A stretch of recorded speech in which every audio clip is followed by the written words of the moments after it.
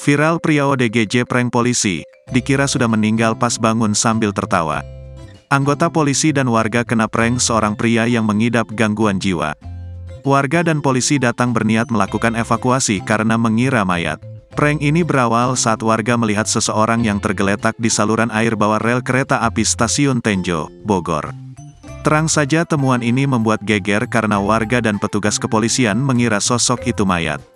Pihak kepolisian datang dan berusaha mengevakuasi korban. ODGJ tersebut bangun dari tempatnya tergeletak dan mengagetkan Bribka Asep saat sedang berusaha mendekatinya.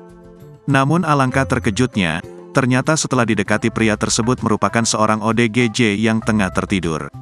Sambil tertawa, ODGJ tersebut bangun dari tempatnya tertidur dan video ini pun menjadi viral di media sosial.